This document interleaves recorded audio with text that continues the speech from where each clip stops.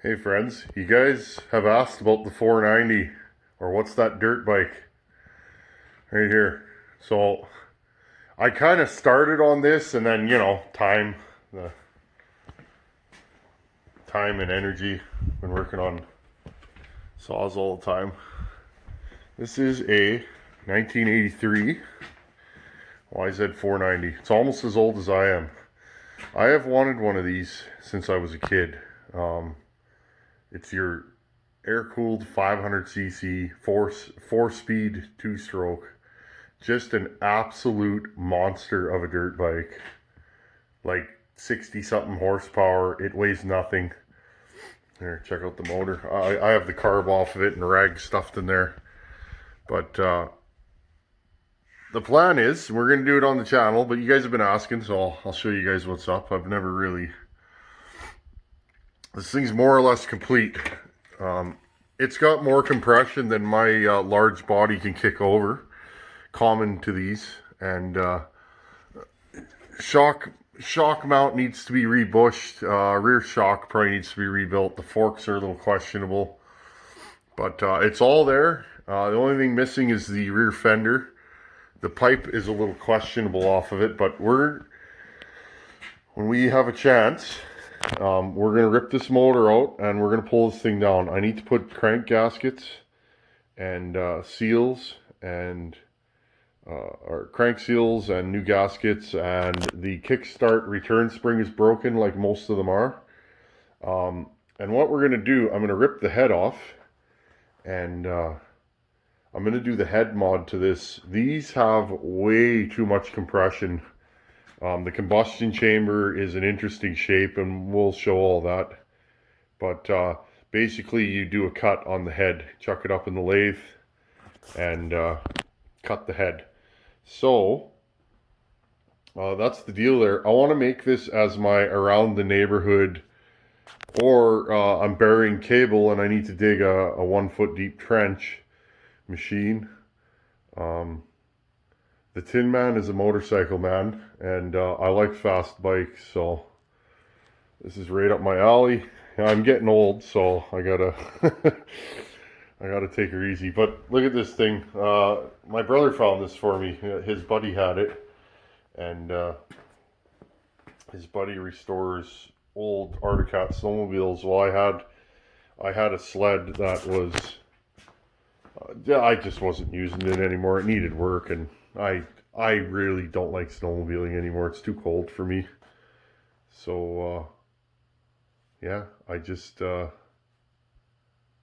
decided to swap them. So we did a little trade, and I came home with this wonderful machine. Anyhow, we got some work to do today. Just thought I'd share that with you guys. And it does run. It does not run well. It pings, and it's not rideable the way it is. And if I continue to ride this without jetting it, it's gonna blow up. So piston looks good, cylinder looks good. But yeah, one of these days on this channel, we're gonna rip the motor out of this, and we're gonna redo the motor or clean it up. And yeah, we're just going to we're gonna make this legendary machine rip again. See you guys at the bench. Hey everybody, how's it going? I'm just having a blast working on this McCulloch. It's given me all kinds of headaches, but you know what? That's kind of fun because, again, it's content, okay? I can show you guys the trials and tribulations of an old power saw, and I think that's good stuff. Hey guys, have you ever had this happen? Boing! Uh-oh, the recoil spring came flying out. A few of you have mentioned that you've had it happen to you. A few of you have told me, don't take that apart. Well, here you go, guys. I pulled this recoil spring apart on purpose.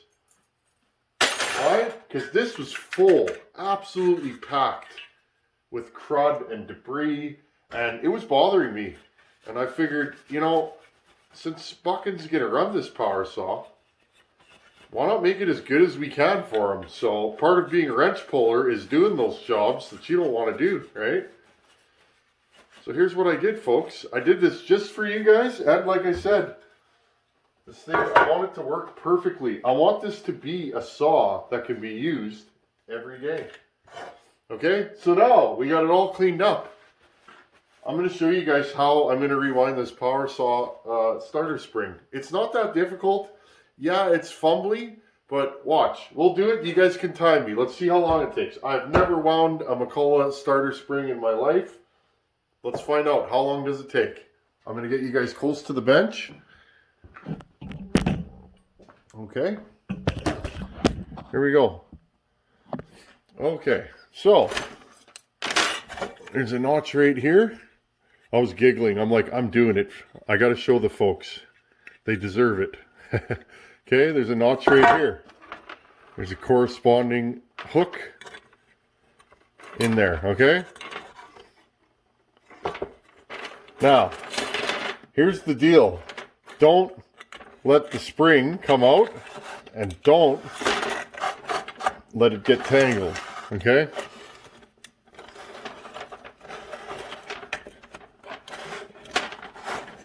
Once I get this thing going, it will be easier. The first couple turns, and again, I don't want this thing to get caught on itself, and they will do that. I also don't want it to fall off the bench, which it just did. Okay?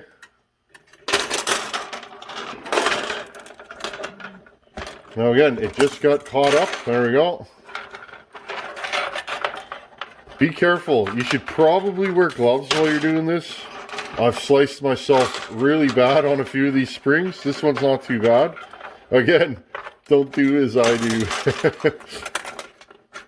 I cut myself for a living. Remember that. I'm a sheet metal worker, so I guess you think I'd learn by now, but cuts happen to me, so I tend to not wear gloves. Okay? Round and round we go.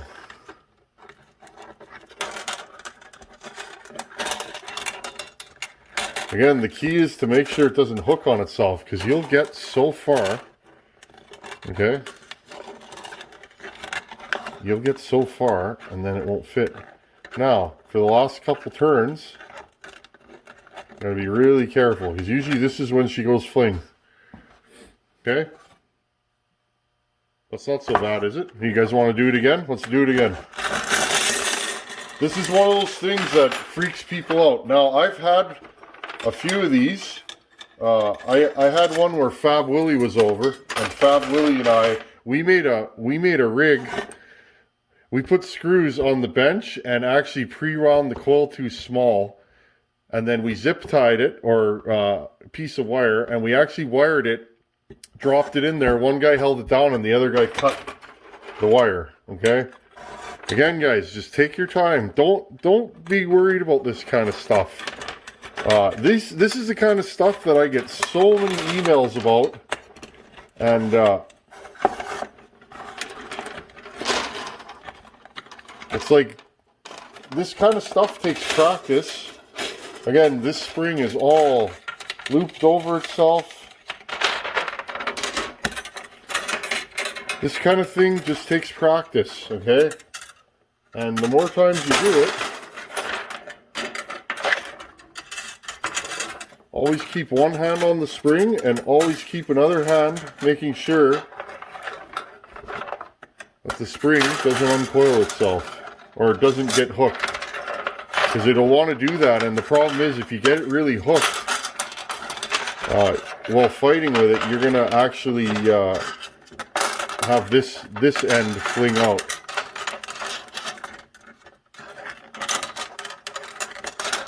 So if you guys have a McCulloch Recoil, okay, and it sounds like there's gravel in there, it's probably because there is gravel in there, 1970s gravel, and I say take her apart and make her right. Okay? Now what I'm going to do with this one, I'm going to take a little bit of, this is just oil, okay, and I'm just going to oil this spring. Okay, like look at all that stuff in there. We don't want that, right? That's the kind of stuff that can make a recoil bind up, not function properly. Maybe the maybe this breaks. You don't want that, right? So just you know, be diligent about this stuff, because these little things, especially if you're building saws for other people, if it's your saw, I mean, you know, whatever. But it's like these little kind of things, you send a saw back to a guy and the first time he cranks on it, you know, with its brand new motor and high compression and all that, first time he cranks on it and it comes apart, he's not going to be very happy with you. Or she, or whoever's using it, right? Okay. Now, there's this little tab here that hooks into the end of the spring. Okay, and when you wind it, okay, I usually go 5 to 6 turns is what most of these saws seem to like to me. Okay, so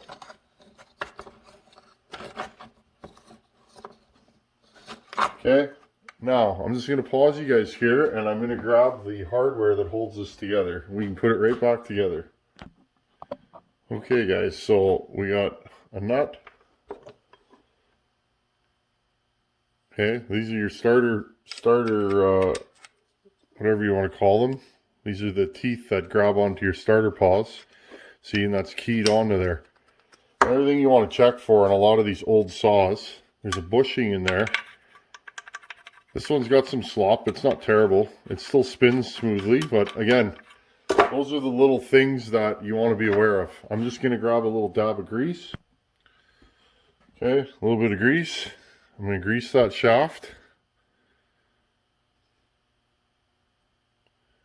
Okay. Again, holding the spring, because this is the point where you think you got her beat and then the spring goes flying across your shop. Okay.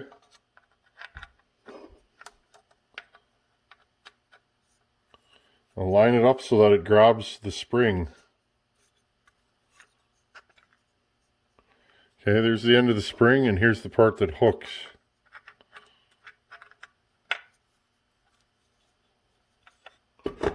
Now, what I'm going to have to do in this case, I'm going to have to grab a screwdriver, or do this, okay? Line this up. Now grab this piece, spin it around until it lines up.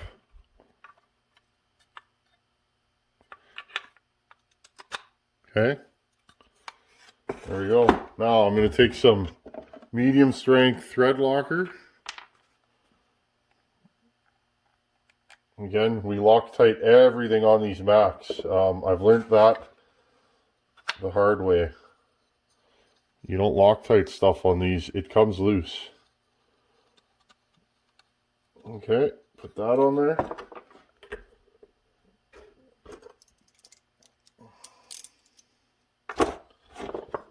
Now, what I've been doing with these is I stick a screwdriver through there. Okay.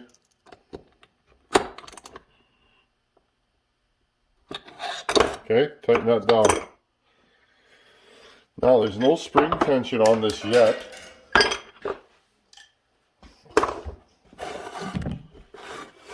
Okay, now I'm just going to grab this. I'm going to go 1, 2, 3, 4, 5.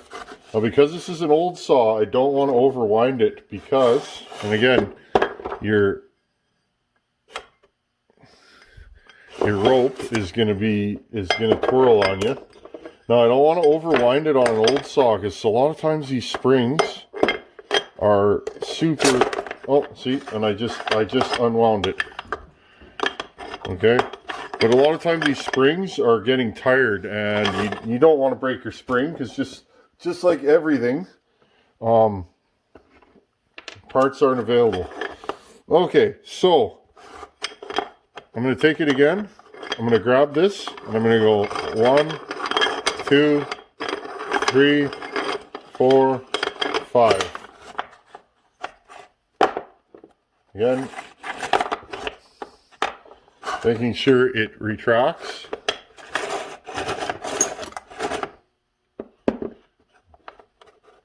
Okay, now if the cover, the little air here, this piece, if this piece isn't broken right here, then you can just put it together. Now, most of them are broken. Most of the Macs I have here, that piece is broken, so I just kind of fit it around there, and the cover will hold it in place. Grab your screwdriver.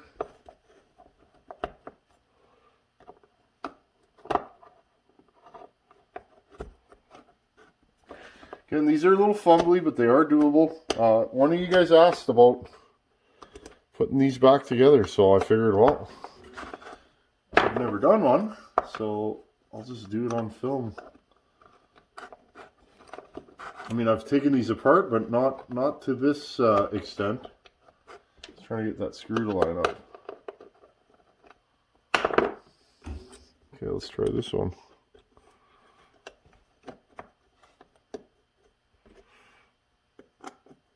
There we go. Once you get one screw in there, you can let go. Okay. Same thing, I'm going to clean these threads, and I'm going to put some medium strength Loctite, because this thing should not need to come apart for many years. It's clean now, it's oiled. This is an original rope in this thing, but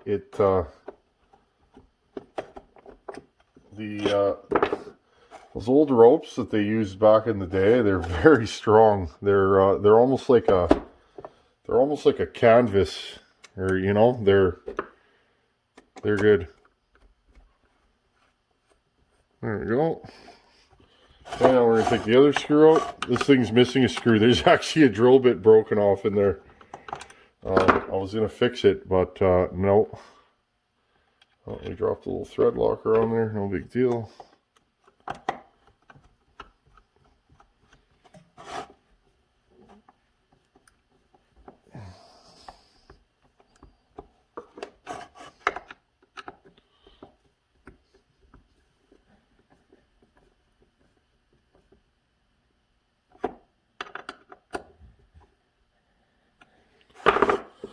Okay, wipe this off. Get rid of the thread locker. Okay guys, this thing sounded like it had gravel in it before, okay? Beautiful.